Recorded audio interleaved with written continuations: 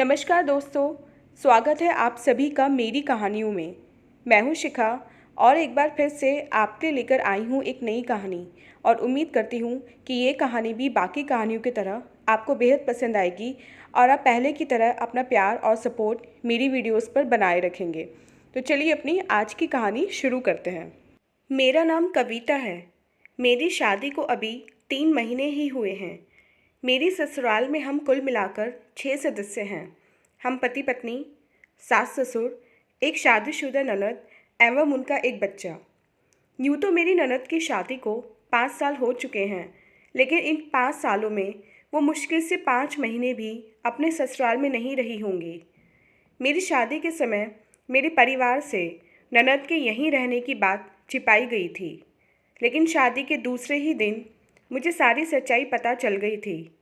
मेरी ननद का एक भरा पूरा खुशहाल परिवार है, लेकिन कुछ वे वहाँ खुद नहीं रहना चाहती कि काम बहुत करना पड़ता है और अगर भूल से भी उनके मन में अपने ससुराल जाने का विचार आ भी जाता है तो मेरी सासू माँ उनको रोक लेती हैं कि अभी सर्दी बहुत है और तेरा बच्चा छोटा है, तू तो वहाँ सारा दिन काम में लगी रहेगी, तेरे बच्चे को वहाँ कोई नहीं देखेगा, कहीं बच्चा बीमार हो गया तो। और जब गर्मियाँ आती तब भी यही बहाना होता, इसलिए सारी सर्दियाँ और गर्मियाँ उनकी यहीं निकल रही थीं।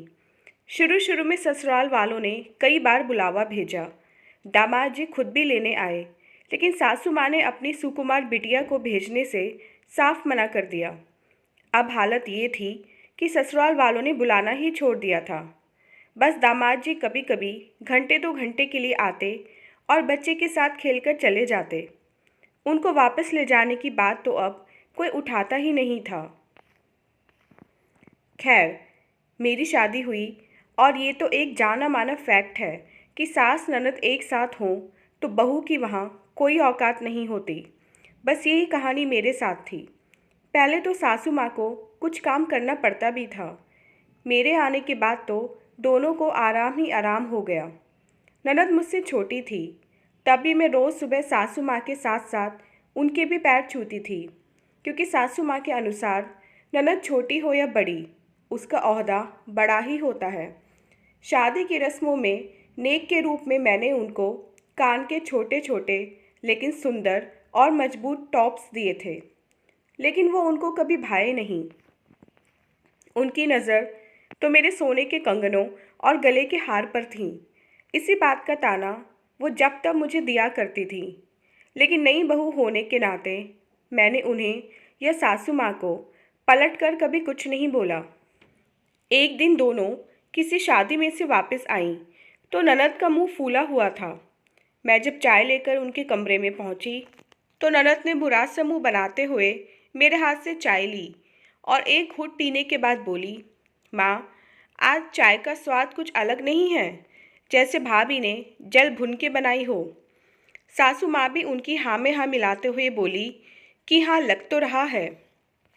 उनकी शह पाकर ननद रानी फिर बोली, माँ, जब से भाभी इस घर में आई हैं, ना ढंग की चाय नसीब हुई ना खाना। इससे अच्छा खाना तो तुम आज भी बना लेती हो। तुम्हें भी माँ कभी बहू का सुख नहीं मिलेगा, ना मुझे भाभी का। अब देखो, कल हम जिस शादी में गए थे वहाँ बहू ने रस्म में अपनी ननद को 8 सोने की चूड़ियाँ दी और सास को सोने के झुमके। क्या दिलदार भाभी पाई है मेरी सहेली ने। और एक मेरी भाभी हैं जिन्होंने अपनी इकलौती ननद को ये सस्ते टॉप्स दिए। ओह, तो अब मुझे उनके गुस्से की वजह समझ में आई। वैसे तो ये कोई नई बात नहीं थी मेरे लिए। आए दिन वो मुझे इन्हीं सब चीज़ों के लिए ताने मारती रहती थी। मैं उठ के वहाँ से जाने ही लगी थी कि सासू माँ की चुभती आवाज़ कानों में पड़ी, बेटा, अब जिसकी नीयत ही ना हो देने की, उसको चाहे 1000 बार सुना ले, लेकिन उस पर कोई फ़र्क नहीं पड़ने वाला। और वैसे भी देने के लिए बड़ा दिल और औकात दोनों चाहिए, और इसके माँ बाप की इतनी औकात है नहीं। वो लोग आज तक सिर्फ मुझे कहते आए थे, लेकिन आज बात मेरे माँ बाप पर आ गई थी और उनका अपमान मैं हरगिज़ बर्दाश्त नहीं कर सकती थी। मैंने भी आज 2 टूक बात करने की ठान ही ली। माँ जी, औकात सिर्फ देने वाले की ही क्यों, लेने वाले की भी देखी जाती है। ये सुनते ही सासू माँ मुझे गुस्से में घूरने लगी, लेकिन मैं अपनी ननद की तरफ मुड़ी और बोली, दीदी, कायदे से तो आपको मुझसे वो छोटे और सस्ते टॉप्स भी नहीं लेने चाहिए थे, क्योंकि मैं तो आपके पैर छूती हूँ, आपको दीदी बोलती हूँ, तो छोटी तो मैं हुई ना। तो इस हिसाब से तो नेक आपको मुझे देना चाहिए था। तो बताइए ना दीदी, कब चल रही हैं मेरे साथ बाजार मुझे नेक दिलवाने। सुनते ही ननद गुस्से से तिलमिला पड़ी। देख रही हो माँ, भाभी कितनी ज़बान चला रही हैं, वो भी आपके सामने। ये सब तुम्हारी छूट का नतीजा है। कल की आई की इतनी हिम्मत हो गई, और एक हम हैं 5 साल होने को आए शादी को, लेकिन मजाल है कि कभी अपनी सास या ननद से ऊंची आवाज़ में बात भी की हो। मुझे उनकी बात सुनकर हंसी आ गई।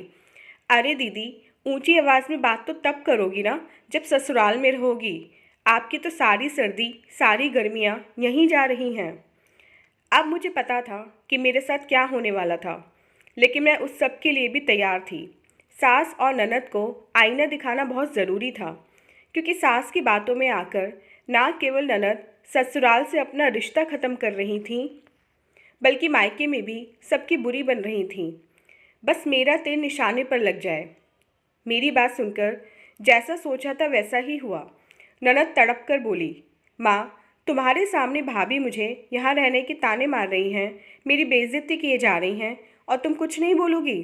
सासू माँ बोली, अरे ये मेरी बेटी है, मेरा खा रही है, तुझे क्या परेशानी है इसके यहाँ रहने से, और तू होती कौन है मेरे घर में बोलने वाली। माँ, तुमने ज़रूरत से ज़्यादा ढील दे रखी है, तभी तो इतना बोल रही हैं। मैं अगर अपनी सास के सामने इतना बोलती तो वो मुझे धक्के देकर घर से बाहर निकाल देती। ओहो दीदी, कितनी बार समझाऊं मैं आपको कि सास से धक्के खाने के लिए आपका ससुराल में रहना ज़रूरी है, लेकिन आप तो अपने मायके में हैं, तो सास कहाँ से धक्के देगी आपको। दूसरी बात ये कि अगर सासू माँ मुझे धक्के देकर निकालेंगी भी ना, तो भी मैं कहीं नहीं जाने वाली, क्योंकि शादी के बाद मायके में रहकर माँ बाप को परेशान करने और भाभी के मुंह लगने से अच्छा है थोड़ा चुप रहकर, थोड़ा बोलकर अपनी ससुराल में ही रहो। नहीं तो हम कहीं के नहीं रह जाते, न ससुराल के न मायके के। मेरी ननद तुनक कर बोली, भाभी, आप मुझे ताने मार रही हो ना, लेकिन मैं क्या करूं जब वो लोग मुझे बुलाते ही नहीं। बिना बुलाए मैं क्यों जाऊं?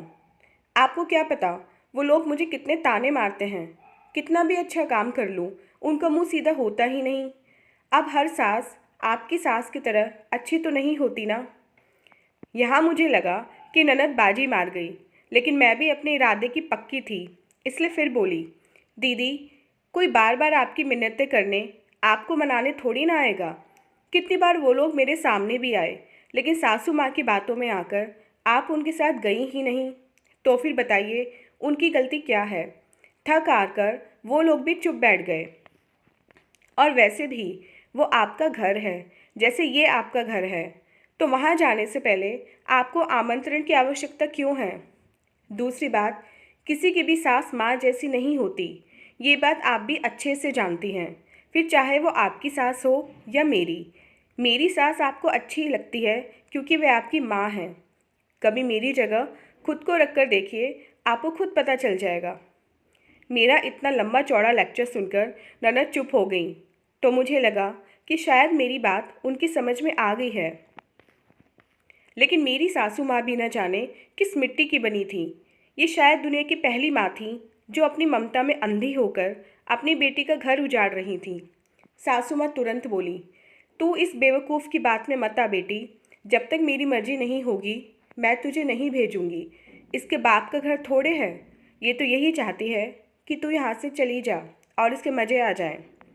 सासू माँ, मुझे दीदी के यहाँ रहने से कोई परेशानी नहीं है, लेकिन अब उनकी भी अपनी गृहस्थी है जो उन्हें संभालनी चाहिए।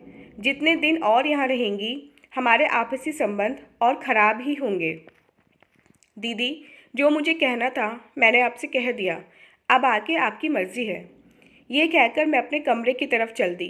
पीछे से सासू माँ मुझे गालियाँ दे रही थीं कि आज आने दे तेरे पति को, आते ही तुझे घर से ना निकलवाया तो मेरा नाम बदल देना।